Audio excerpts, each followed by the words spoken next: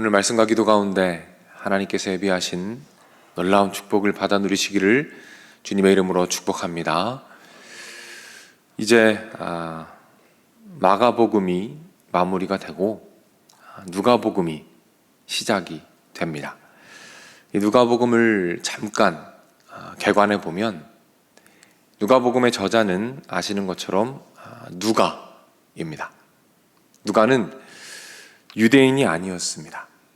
누가는 이방인 기독교인이었죠.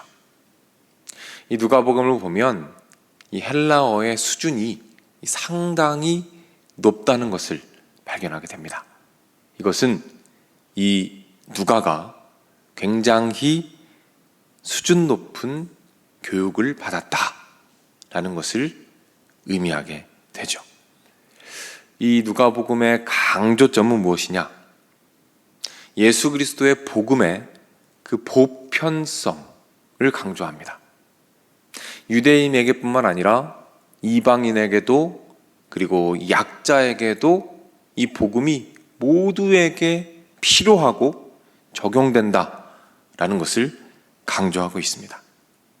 또 한 가지는 이 하나님 나라의 구원 사역과 이 세상의 역사를 함께 다루면서 하나님께서 온 세상의 역사의 주관자시다라는 것을 강조하는 책이 바로 누가복음입니다.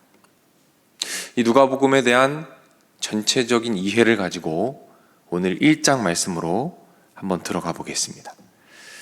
특별히 오늘은 5절부터 이어지는 이 사가랴의 모습을 함께 보면서 이 의인이 무엇인가? 성경이 말하는 의인은 누구인가에 대해서 함께 고민해 보겠습니다. 이 사가랴는 제사장이었죠.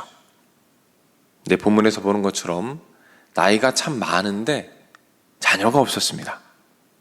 그런데 그 어려운 상황 가운데에서 하나님께서 자녀를 주십니다.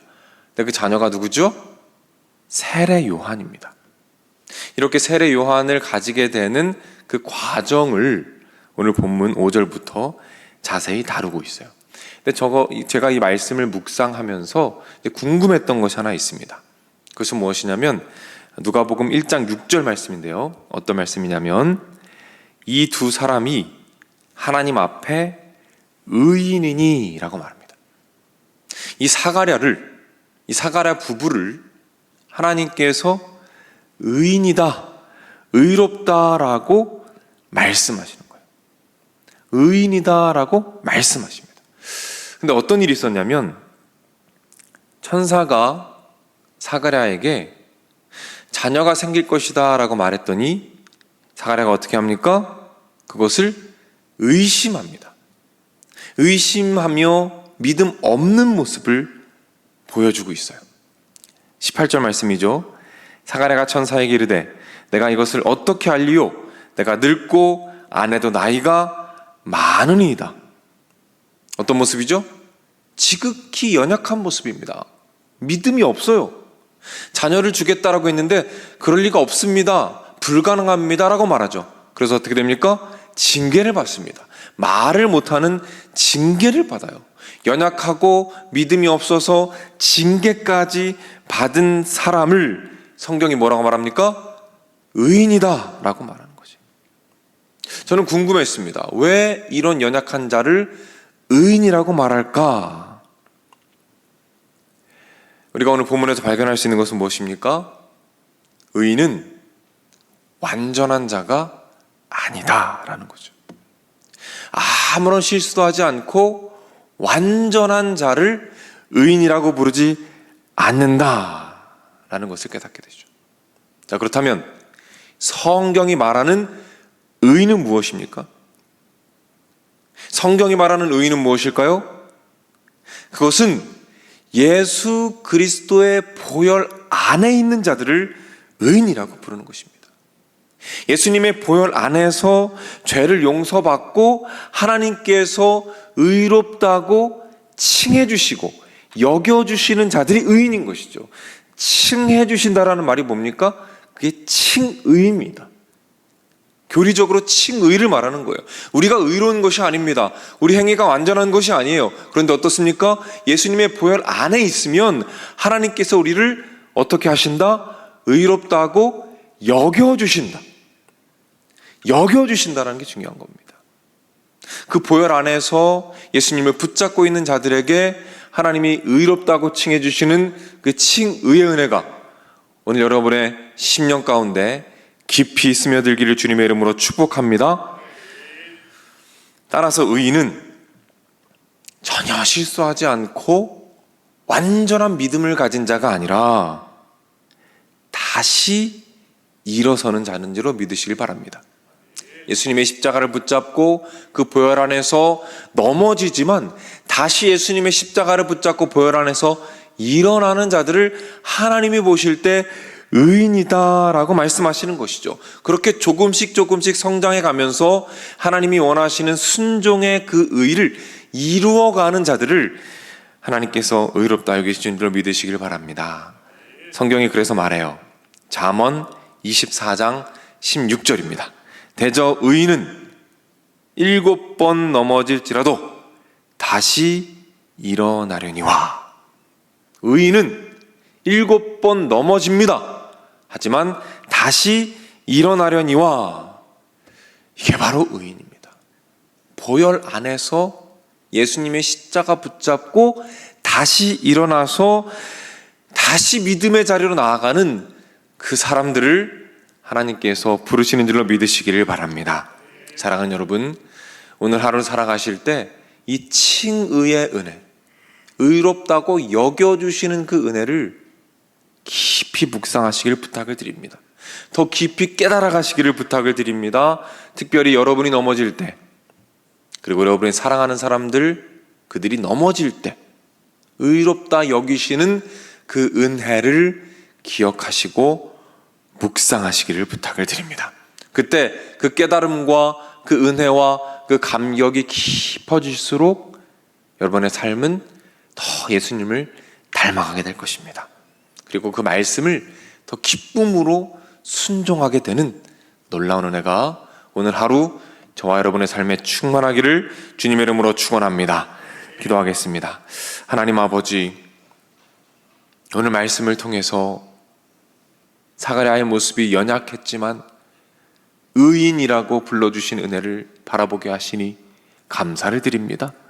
우리가 의인으로 여겨지는 이유는, 하나님께서 우리를 의인이라 칭하시는 이유는 우리의 행위적 완전함이 아니요 예수님의 십자가의 보혈 안에 있기에 주님께서 우리를 의인이라 여겨주시니 감사를 드립니다.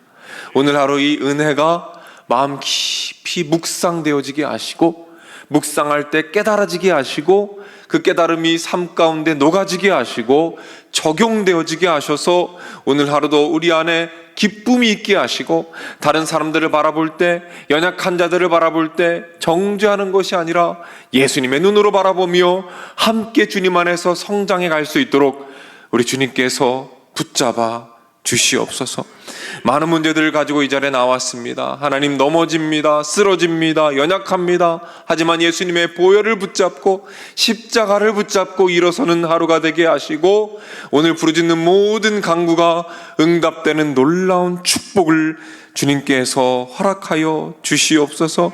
관계의 문제로 고통받는 자들이 있다면 하나님 오셔서 마음을 녹여주시고 용서하게 하시고 화해하게 하시며, 영적인 침체로 인하여 고통받는 자들이 있다면 성령으로 충만하게 하셔서 다시 한번 뜨거움이 회복되게 하시고, 주님에 대한 사랑이 불타오르게 하시고, 예배가 회복되게 하시고, 말씀이 회복되게 하시고, 기도가 회복되게 하셔서 놀라운 영적인 충만함을 누릴 수 있도록 주님께서 인도하여 주시옵소서. 질병으로 고통받는 자들이 있습니까? 육신의 연약함을 불쌍히 여기시고 그 부르짖음에 응답하시사 놀라운 치료의 하나님, 여호와 라파의 하나님, 놀라운 은혜의 역사가 나타나도록 인도해 주시고 함께하여 주옵소서.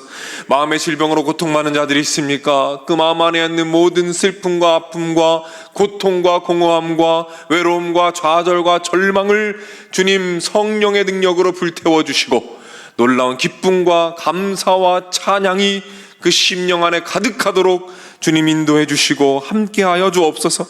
가정을 축복합니다. 하늘의 축복을 더하여 주옵소서. 특별히 가정 가운데 믿지 않는 자들이 있습니다. 하나님, 오랜 시간 기도합니다. 많은 것들을 헌신하며 노력합니다.